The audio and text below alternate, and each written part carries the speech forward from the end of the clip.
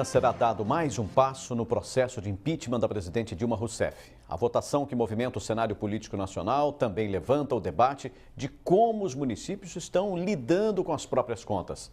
Muitas cidades da região estão com dívidas enormes e também já cometeram as famosas pedaladas fiscais. Na votação deste domingo, são necessários 342 votos a favor na Câmara dos Deputados para que o processo de impeachment da presidente Dilma Rousseff siga para o Senado. Se os senadores aceitarem o processo, Dilma será afastada do cargo por 180 dias até que os parlamentares concluam o julgamento. No pedido de impeachment, os juristas apontam que a presidente cometeu uma série de irregularidades, entre elas a violação da Lei de Responsabilidade Fiscal.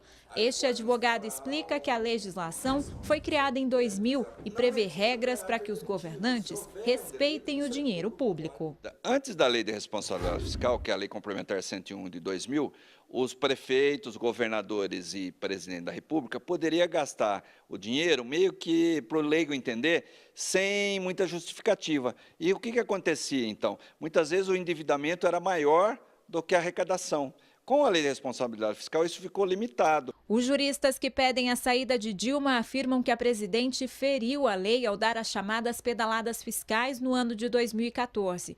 O advogado lembra que o ato também vai contra a Constituição Federal. O que ela fez? Ela não tinha recursos e ela então buscou recursos nos bancos públicos para pagar os programas sociais, como Bolsa Família, por exemplo. Com isso, o exercício de 2014 ela fechou positivo, quando, na verdade, estava no vermelho, gastou-se mais do que arrecadou-se. Então, ela mascarou as contas. Essa situação política não se restringe apenas ao Palácio do Planalto. Os problemas enfrentados em âmbito nacional são semelhantes ou praticamente os mesmos vividos pelos municípios. Na nossa região, são vários os exemplos de cidades que ainda têm dificuldade em lidar com as próprias contas. Em Ribeirão, a dívida fundada já chega a 800 milhões de reais. Mais de 122 milhões foram adquiridos só na atual administração. O promotor Sebastião Sérgio da Silveira chegou até a pedir o afastamento da prefeita Darcy Vera para evitar riscos de extrapolar os limites constitucionais. Mas os prejuízos à cidade já são inevitáveis. A partir do momento que o município está endividado, ele está impedido, sem condições de fazer novos investimentos, saúde, educação, ou seja, escolas, rouba o futuro da população. A prefeita Darcy Vera também é acusada por vereadores de oposição de dar as pedaladas fiscais. Gláucia Berenice explica que os apontamentos feitos pelo TCE, Tribunal de Contas do Estado, deixam claro a irregularidade. De 5 contas analisadas até agora, 3 foram rejeitadas. Só nas contas de 2012, o TCE apontou 18 erros. São fatos gravíssimos. Houve uma pedalada fiscal no ano de 2012. Os funcionários não foram pagos e o recurso não havia deixado recurso em caixa. A situação não foi pior porque a prefeitura se apropriou dos recursos do IPM, 37 milhões, e isso amenizou um pouco o déficit financeiro da prefeitura, do caixa da prefeitura. O que preocupa neste caso é que, apesar do TCE mostrar as falhas da administração, as contas podem ser aprovadas pela Câmara e isso acontece com frequência. O presidente da Casa de Leis, Walter Gomes, que não quis gravar entrevista, disse ser favorável à aprovação das contas, pois o parecer do tribunal é apenas técnico. Cícero Gomes também afirma que os apontamentos do TCE não são levados em consideração. De 1950 até hoje, nenhum apontamento técnico foi levado. Todas as contas dos prefeitos foram aprovadas. Tudo aquilo que diz respeito a apontamento técnico, por exemplo, faltou 0,025 para atingir a verba de educação. Eu acho que é irrelevante, quer dizer, então depende do que foi apontado. Todo gestor público tem responsabilidade, sim. E se ele não cumpriu a lei, ele precisa ser penalizado. O que, infelizmente, ocorre na maioria dos municípios brasileiros é que, geralmente, o executivo tem maioria na Câmara e tudo se aprova. Então, o que fará a diferença aí é a pressão popular. A sociedade, os eleitores os contribuintes de Ribeirão Preto têm que ir lá pressionar os seus vereadores para que sejam rejeitadas essas contas. Em São Carlos, a dívida fundada chega a 216 milhões de reais. A cidade está 0,3% acima do limite prudencial da Lei de Responsabilidade Fiscal. Na tentativa de minimizar o problema, o Executivo abriu um edital para a contratação de uma organização social para a gestão plena da unidade de pronto atendimento do Cidade Araci, que está em construção. Mas a Câmara viu irregularidades no edital, que foi suspenso. A lei que possibilita organizações sociais trabalharem em áreas de saúde pública no município de São Carlos, proíbe que OS trabalhem em coisas já montadas. Então, seria um primeiro equívoco dele. O outro é desconsiderar a reunião que ele fez aqui na Câmara e o que foi aprovado concretamente lá no Conselho Municipal de Saúde. O secretário da Fazenda explica que o edital deve ser corrigido. Ele aponta ainda outras medidas que o município vem tomando para não aumentar seu índice. Não há mais contratação de pessoas, ou significa o mínimo de contratação possível, concursados. Não existe mais comissionados externos da forma que tinha nas outras administrações e também com relação ao não pagamento de horas extras para nenhum funcionário. Na Prefeitura de Araraquara, a dívida é de 30 milhões de reais. Para aliviar os cofres do município, a administração transferiu em 2014 a gestão do lixo da cidade para o DAI, Departamento Autônomo de Água e Esgoto. Com isso, os 15 milhões de reais gastos anualmente com o serviço passaram a ser cobrados da população a partir da criação da taxa do lixo, que começou a valer no ano passado. Em 2 anos, a economia com isso é em torno de 30 milhões de reais, porque é 15 milhões de reais ao ano. Entre outras medidas que nós mudamos, reduzimos contratos, negociamos com fornecedores, cortamos alguns contratos também que era possível cortar e fazer com o pessoal próprio. Em Franca, o prefeito Alexandre Ferreira também tenta convencer os vereadores aliados a não abrirem uma comissão processante, que pode terminar com a cassação dele. O pedido de abertura foi feito após entrega do relatório final da SEI, que investigou a atuação dos falsos médicos na cidade. Na conclusão da SEI, o prefeito teria cometido ato de improbidade administrativa quando renovou por várias vezes um contrato emergencial com o ICV. A Câmara Municipal, ela tem autonomia pelo Decreto-Lei 201 quando há crime político-administrativo. Então, ela pode instaurar uma comissão processante e até afastar o prefeito, se for o caso. Em nota, a Prefeitura lamentou o uso político do caso em ano eleitoral e disse que, quando soube da atuação dos falsos médicos, abriu sindicância interna e que vem colaborando com a polícia e com outros órgãos. Com a palavra impeachment, ela está em moda, em função do que tudo acontece em Brasília, para o prefeito Alexandre Ferreira, que como gestor fez um bom trabalho na nossa cidade, mas nessa questão da saúde, algumas coisas ficaram pendentes, teve algumas denúncias, mas a imagem dele, no mínimo, está arranhada. Assim como no cenário nacional, o que se espera é que a mobilização popular também aconteça nas cidades para cobrar os governantes municipais. Só mudaremos, só teremos uma democracia plena quando todos os cidadãos brasileiros tiverem a consciência disso, de participar dos destinos políticos da sua cidade, do seu estado e da federação. Cláudia Prates para o Jornal da Clube. A Prefeitura de Ribeirão não respondeu os nossos questionamentos sobre a dívida do município e o que está fazendo para evitar prejuízos para a cidade. Disse apenas que cumpre a Lei de Responsabilidade Fiscal e pauta suas ações e projetos pelos princípios que regem a administração pública: legalidade, impessoalidade, moralidade, publicidade e eficiência. Agregando valor às comunidades e integrando ao vivo a região, formando opinião, em Ribeirão Preto está o coordenador da Frente Cívica, Fabiano Guimarães. Em Araraquara, o presidente do Tribunal de Contas do Estado, Dimas Ramalho. E em Franca, a integrante da União de Defesa da Cidadania, Rejane Silva Barbosa. E você, aí em casa, pode participar desse nosso bate-papo pela hashtag jornaldaclube.ribeirão. Confeito, uma das coisas que eu acho que nós estamos cansados de ouvir é sobre responsabilidade fiscal. Fiscal. de contas, por que querem acabar com a lei de responsabilidade fiscal? Porque eles querem o domínio da irresponsabilidade fiscal. É uma coisa mais ou menos clara. O que ocorre é que nós temos o peso da cultura, Roberto. A cultura latina, e principalmente da Península Ibérica, é a cultura da insuficiência ou da absoluta falta de prestação de contas. A cultura anglo-saxônica é a cultura da accountability, prestar conta. Então, essa primeira, que é a nossa, do patrimonialismo, é a cultura da irresponsabilidade absoluta. As finanças do rei confundiam-se com as finanças públicas. Começaram a ser finanças estatais e até hoje não conseguiu ser finanças públicas. O que nós temos é um processo.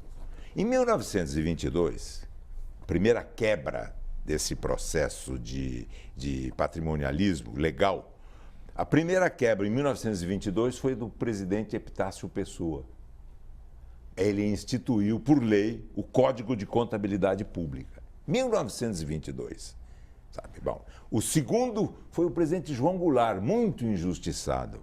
Em março de 64, alguns dias antes dele ser deposto pelo movimento de 31 de março, sancionou-se a lei que instituiu normas de direito financeiro e a contabilidade orçamentária e a contabilidade financeira. Nós tivemos isso e temos até hoje, mas não tivemos a instituição porque houve emenda no Congresso Nacional de contabilidade de custo.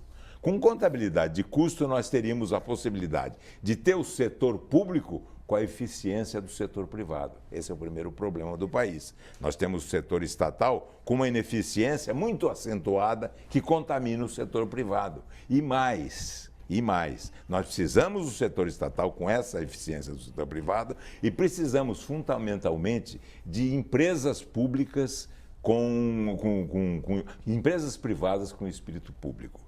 E, em terceiro lugar, a Lei de Responsabilidade Fiscal, que foi instituída extraordinariamente por uma medida do ministro Pedro Malan, sancionada pelo presidente Fernando Henrique. No arco do tempo, esses três elementos que são fundamentais. E, basicamente, o artigo 35, que é aquele da Lei de Responsabilidade Fiscal, que estabelece a necessidade de fazer um acompanhamento da dívida pública. Isso não é fácil, o que incomoda. A cultura brasileira é da gastança, a cultura brasileira é de não prestar contas, apesar da lei estabelecer.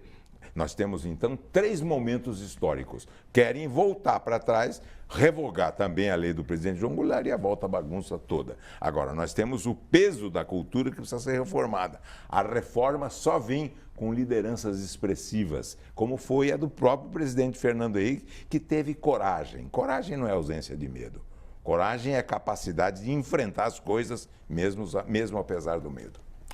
Em Ribeirão Preto está o coordenador da Frente Cívica, Fabiano Guimarães. Fabiano, se não existissem as pedaladas no governo federal, se não existissem todos os erros feitos na economia, nós estaríamos nessa crise política, a gente estaria um pouco melhor, estaríamos a meio caminho. Qual que seria a sua opinião? Boa tarde. Boa tarde. Bom, o cenário internacional, principalmente de commodities, dos termos de troca do Brasil com o resto do mundo, pioraram bastante. Mas isso já era um cenário esperado na economia. O que aconteceu foi uma falta de você preparar o terreno para quando o período de bonança passasse. E isso aconteceu. Hoje a gente tem um cenário internacional mais difícil do que a gente tinha anteriormente. Contudo, internamente, o problema foi potencializado de uma forma talvez nunca visto antes.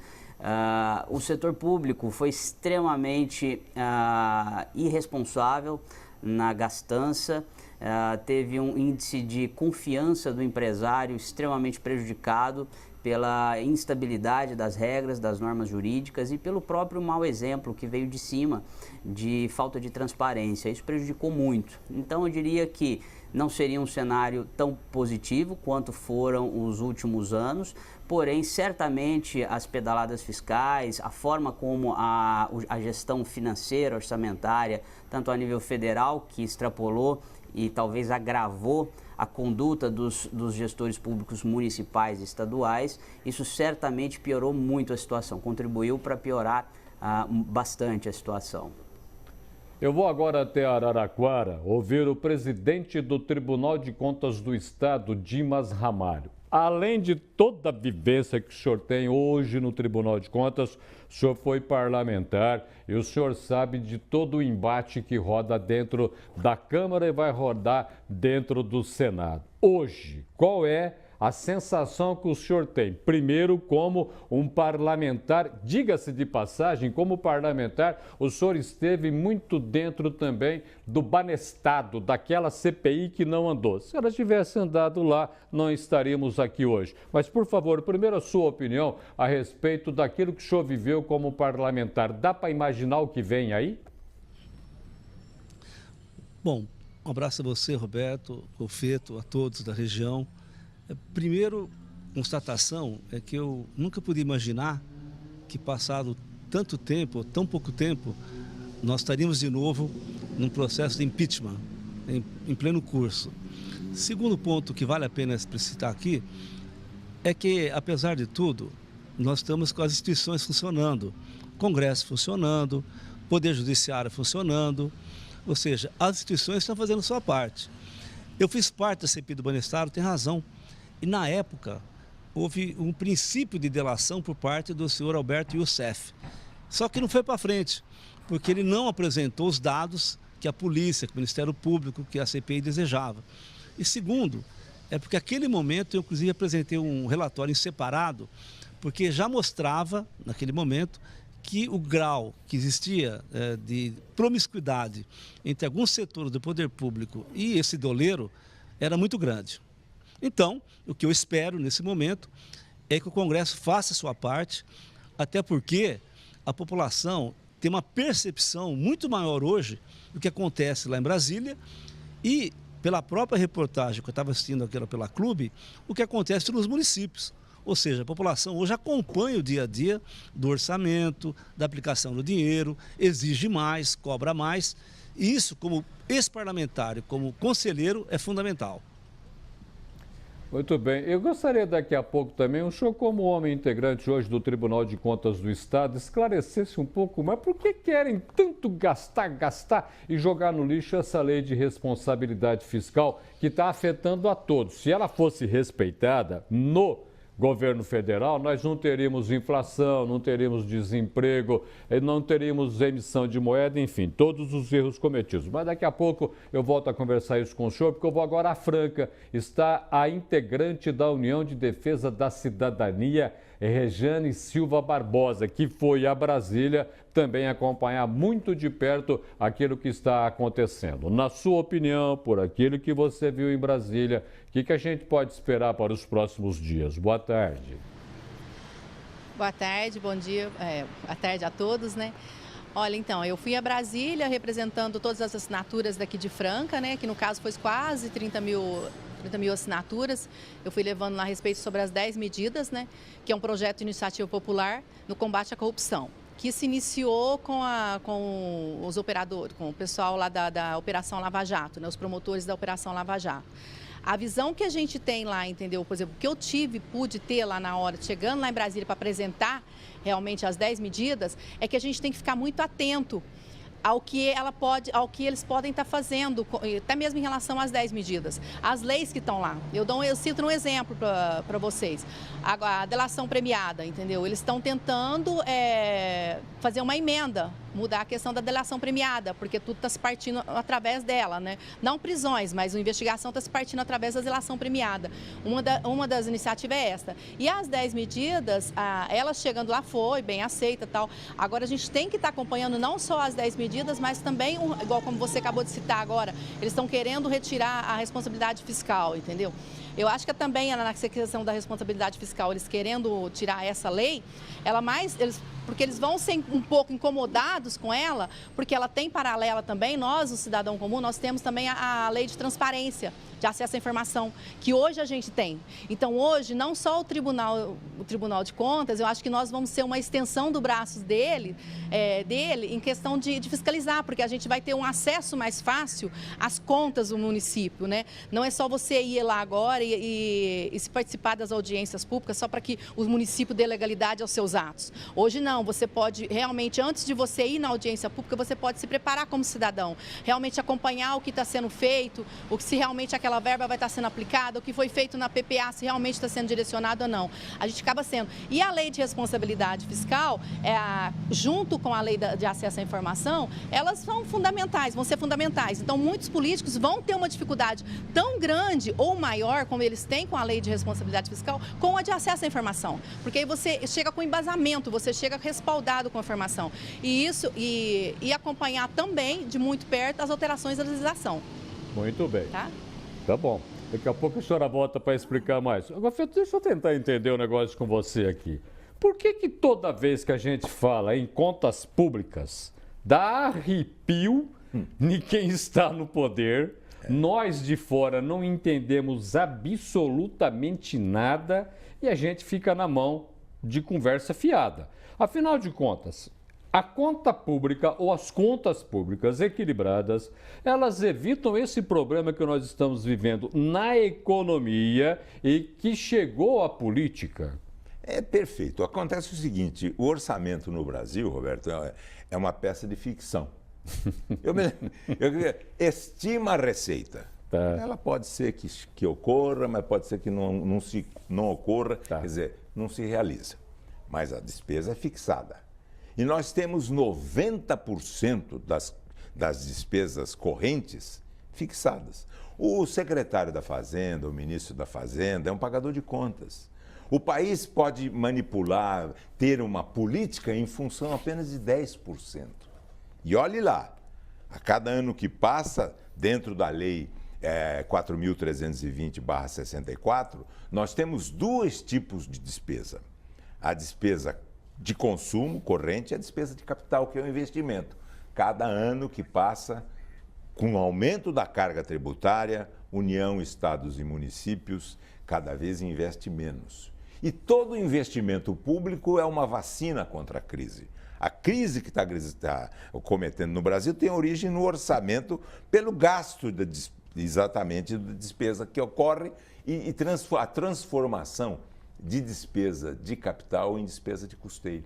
A cada ano que passa. Bom administrador, que parece que não existe nenhum, bom administrador... Está difícil, Roberto, realmente é difícil. Bom administrador é aquele que reduz a despesa de custeio e aumenta a despesa de capital para investimento, que é aquilo que retorna para a população.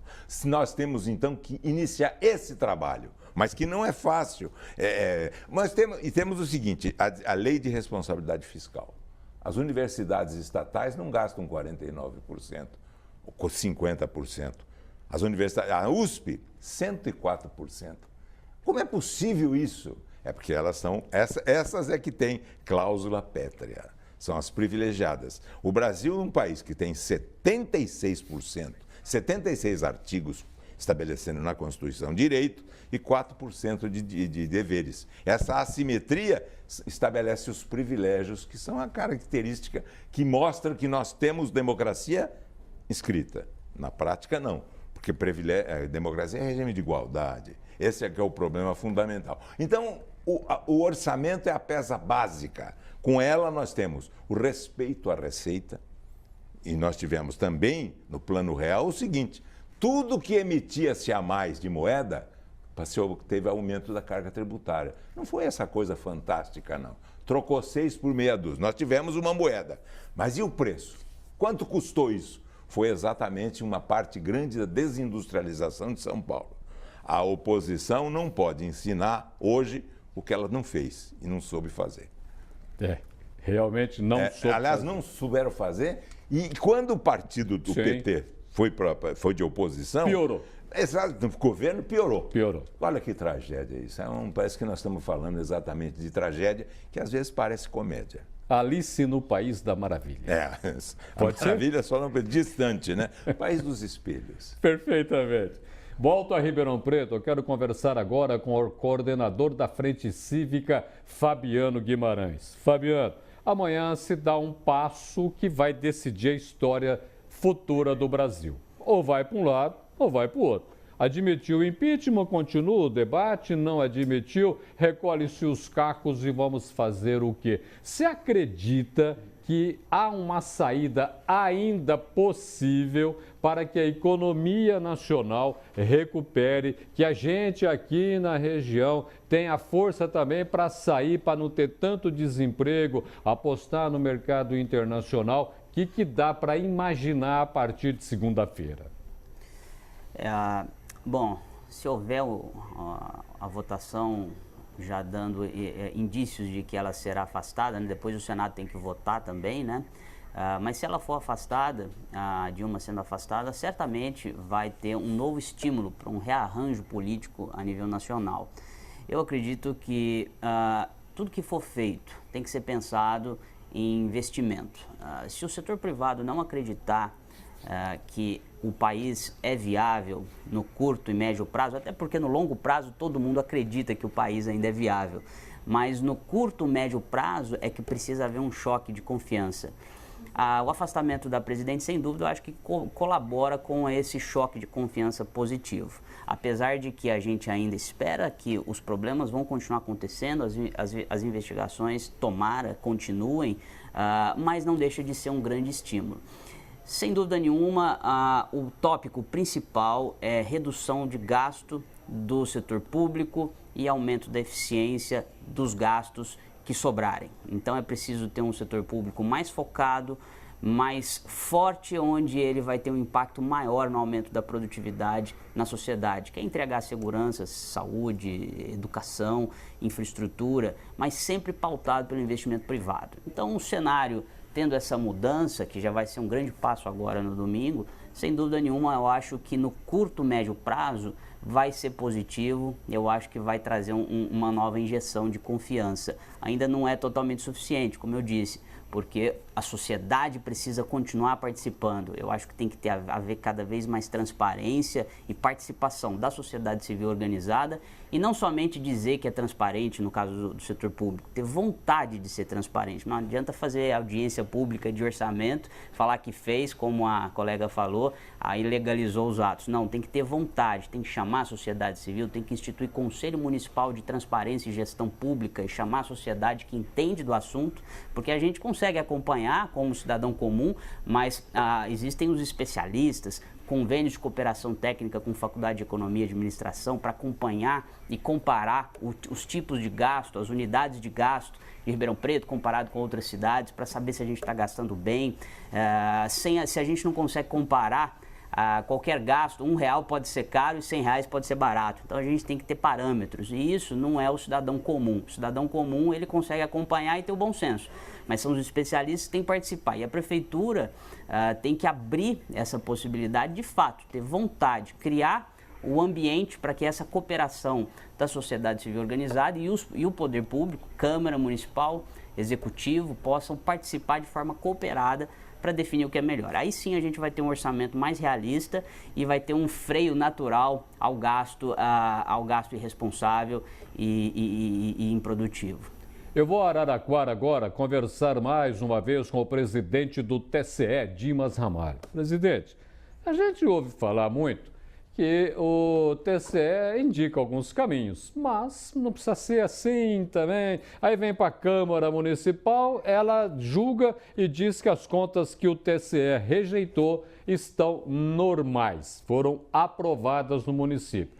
Afinal de contas, o que o TCE faz que a Câmara não respeita, ou ela passa por cima porque ela é incompetente e está jogando a sorte nossa de cada dia?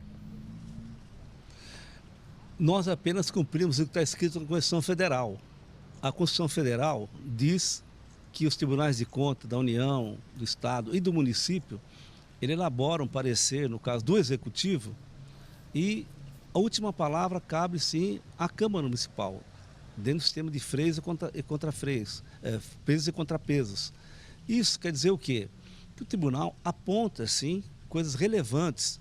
Quando o tribunal rejeita uma conta e manda para a Câmara, que fará o juízo dessas contas, ele tem motivos suficientes, a saber, ou infringiu a lei fiscal, ou não aplicou na saúde e na educação, ou exagerou no déficit público, ou não pagou precatório, ou seja, coisas graves. Hoje no Brasil, há uma percepção profunda de que o cidadão tem que acompanhar e conversar com o seu vereador, com o seu agente político, por que aprovar ou desaprovar aquelas contas, se há fatos relevantes que mereceram apontamento. Mais ainda, é claro que o tribunal manda para a Câmara, mas não é só isso hoje. Você envia o Ministério Público, você envia a CGU, você envia a Receita. Há um outro tipo de articulação que tem no Brasil hoje, e em São Paulo também, que o tribunal, além de apontar e mandar para a Câmara com a rejeição, ele também toma as providências caminhando aos órgãos de controle externo que ganha relevância no Brasil. Ocorre que ainda há no Brasil, como disse o professor Golfeto, uma cultura de que a LDO, Lei de Diretrizes Orçamentárias, Plano Plurianual, Orçamento, são peças de ficção e não podem ser. O que acontece em Brasília está mostrando o seguinte, não é assim não. E aqui em São Paulo, as universidades, o Ministério Público, o Judiciário e qualquer órgão que recebe dinheiro público estão merecendo uma atenção especial do Tribunal de Contas. Mas o grande fiscal é o cidadão, que pode acompanhar na página do tribunal, ver os gastos, fazer a denúncia, aproximar e, sobretudo, tomar um cuidado, que eu acho fundamental. Votar, né? Acompanhar a votação daqueles que ele votou. Porque o fiscal, em última instância, é o cidadão. E quem elege a Câmara, seja nacional ou do município, ou de São Paulo, é o cidadão. Então, tolerância zero, claro, para quem faz coisa aí de São Paulo, no Brasil ou nos municípios, mas também chamar atenção para quem vai votar, para que escolha certo e cobre depois o resultado. Eu vou a Franca agora conversar com a integrante da União de Defesa da Cidadania, Rejane Silva Barbosa. O senhor acha que nós vamos recuperar que tipo de cidadania se a gente tiver o afastamento de uma presidente, se a gente tiver um impeachment de novo? Afinal de contas, o que pode acontecer para a cidadania? Olha, eu acho o seguinte, a gente realmente não vai sair o mesmo dessa história, né? Só que a gente tem que tomar muito cuidado para a hora que a gente vai para essas manifestações, a gente ter um objetivo mesmo. Porque se você coloca essa mobilização que está sendo feita, esse exercício de cidadania, que é lindo, que está sendo feito, estamos indo à rua, tudo, como somente numa sigla partidária, como só aquela sigla sendo a corrupta, entendeu? O que acontece? Passou, então, a mobilização, o que pode vir a acontecer? A síndrome do ninho vazio. Retira-se esse partido, retira-se a corrupção. Então, tem que se tomar muito cuidado, porque na hora que se retira esse partido, tem que se pensar também, entendeu? Que você está retirando um partido corrupto. E isso vale, então, que se entrar, seja quem for que entrar, sendo o partido corrupto, ele também pode sofrer o mesmo processo da gente cidadão, entendeu? Da nossa mobilização. Não pode ser uma coisa somente com relação a um partido, porque está muito difícil, porque até mesmo o outro partido que vai estar entrando, ele também está sendo citado em outras instâncias também como corrupto, né? E que vão ser ainda, vão no decorrer. Então, que fique bem claro nessas mobilizações e que a gente tire isso para a gente como cidadão, que não é só esse partido, é o partido corrupto. Então, independente de que sigla partidária seja, para nós agora o importante é o combate à corrupção, entendeu? Que fique bem claro para todos esses políticos de carreira que estão aí, para esses políticos que estão tentar a reeleição, que nós vamos ter votação agora esse ano, entendeu? A âmbito municipal, né? Para essas pessoas que vão entrar agora na política, para elas se perguntem o que eu estou fazendo aqui e aqueles que são novatos, o que me faz eu integrar agora ao meio político, entendeu? Porque realmente a população está tendo esse conhecimento, está tendo esse esclarecimento, está indo procurar, entendeu? A participação deles de cidadania, exercendo o seu direito à cidadania e combatendo a corrupção. Muito bem. Tá? Integraram a região na edição deste sábado do Jornal da Clube. Em Ribeirão Preto, o coordenador da Frente Cívica, Fabiano Guimarães. Em Araraquara, o presidente do Tribunal de Contas do Estado, Dimas Ramalho. Em Franca, a integrante da União de Defesa da Cidadania, Rejane Silva Barbosa. Golfeto, roda da história. Ela mói e não pergunta por quê. Se não, vejamos.